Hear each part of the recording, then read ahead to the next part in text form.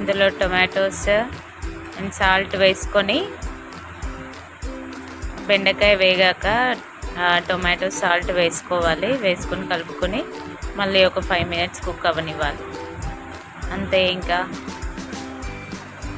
బెండకాయ tomato curry ready అయినట్టే. And then serve it.